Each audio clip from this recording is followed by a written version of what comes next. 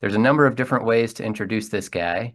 Maybe the funniest one is he is a young man who ran for state treasurer in Indiana in 2010, among other things. That's how he got his start. But a longtime friend of our party, a longtime friend to me personally.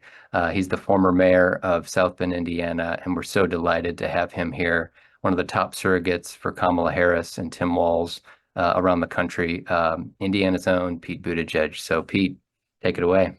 All right. Well, thanks, Mike. Thanks for everything you were doing as chair to lead the Indiana Democratic Party. And I know you and your team, all of the leaders I see on this Zoom, mayors who make me feel old because I now get to claim to be a grizzled veteran mayor compared to some of you other leaders I see here who have been guiding this party for such a long time. Robin Winston, thanks for returning my phone calls back when nobody knew who the hell I was. And I was trying to get known in Indiana. And it's just, it's such a thrill to see what Mike accurately described as the explosion of energy across the campaign. Some of you had a chance to be there in Chicago for the convention. There was just unbelievable momentum, both going into that and coming out of that. And that's part of why I'm so glad you have made the choice to organize around that with Hoosiers for Harris, a chance to demonstrate the principle that we always like to talk about back when I was running for president, that there is no such thing as a permanently red district or county or state. I think Indiana has a chance to prove that in every election. And also understanding the long game. And part of what I admire about so many Indiana Democratic leaders is a recognition that the party building that we are doing by rallying around our candidate for president, Kamala Harris, and her running mate, Tim Walz, is not only going to help them get elected in this all-important election, it's also going to help make sure that we build the social capital, the relationships, the friendships that are so important for party building and really community building. I was at the moment I'm in Philadelphia with my day job, and was having a conversation with a young member of our staff who reminded me that when she was campaigning the last time as an organizer, which she's young, so it's her only campaign experience, the whole thing was pretty much on Zoom. It's been 8 years since we've had a full blast in-person normal, if you can call this normal, presidential campaign. And again, the energy and the relationships that get formed there, take it from me, can last for decades. And there's never been a better moment to come together for this cause. Look, we know the difference it'll make, especially for Hoosiers, to have Kamala Harris president and not to return to the chaos of the Trump years. For a lot of us as Democrats, that's about policy. And even in a so-called red state, most Americans disagree with Donald Trump on his tax cuts for the rich, and they agree with Kamala Harris on her agenda for middle class.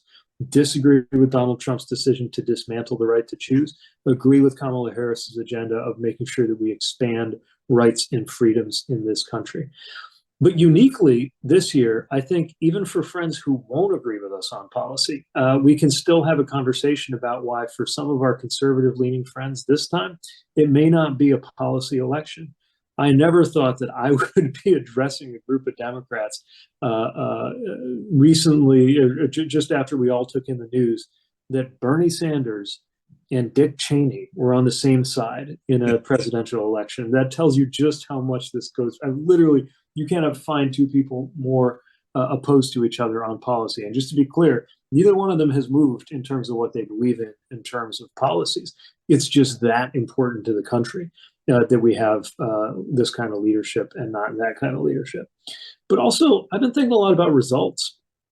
You know, when I had the privilege of being mayor of South Bend, and Mike Schmuel and I and others were working to rebuild the economy there, the one time we had a substantial economic investment in our state in manufacturing was a single factory built in 1990 for about $1 billion. Right now, there are multiple projects that dwarf that are going on in St. Joe County alone. I know Howard County could say the same. I know so many of your communities could say the same. Some of those, by the way, are related to the recovery of U.S. manufacturing under a Biden-Harris agenda that's made clear that we no longer have to choose between fighting climate change and growing our economy, that actually the right kind of economic growth builds up good paying union jobs in places like the industrial Midwestern heartland and helps get us a cleaner economy at the same time. If that were to be reversed, I don't care if you're a Democrat or a Republican, the job loss and the harm to our communities would be enormous. So we really have a chance, I think, to build coalitions, whether it's around policy for some, around personality and leadership for others, or around results more than anything else. That is just not something that we've seen in my political lifetime, or I think in any of our lifetimes.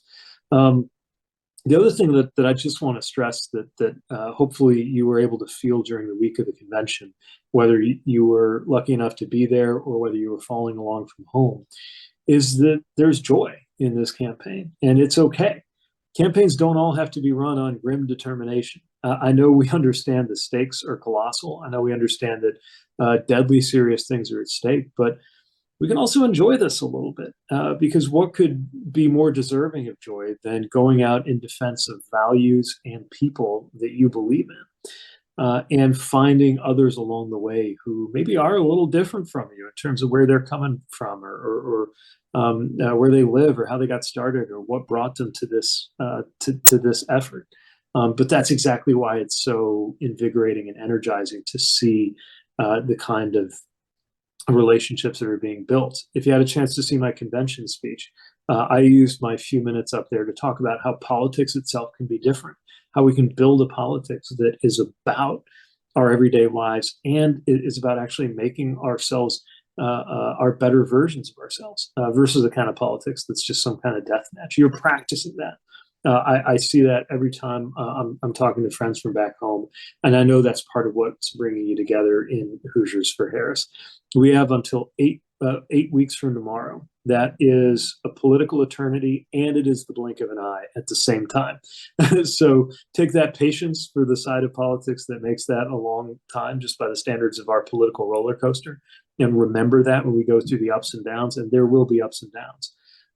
But also remember that it's a blink of an eye in terms of how we've got to sprint through the tape here and not leave a moment to chance. And I know that's exactly what the other folks on this call are going to talk about, is how to, as Mayor Tucker said, bottle that up and then take that out on the trail. But it is electric. I'm really looking forward to tomorrow's debate. I know we'll all be watching that together. And I'm looking forward to everything that we're going to be able to do in the next few weeks to make ourselves proud of how we expanded our coalition through this campaign. I'm proud to see you doing it on Hoosier soil.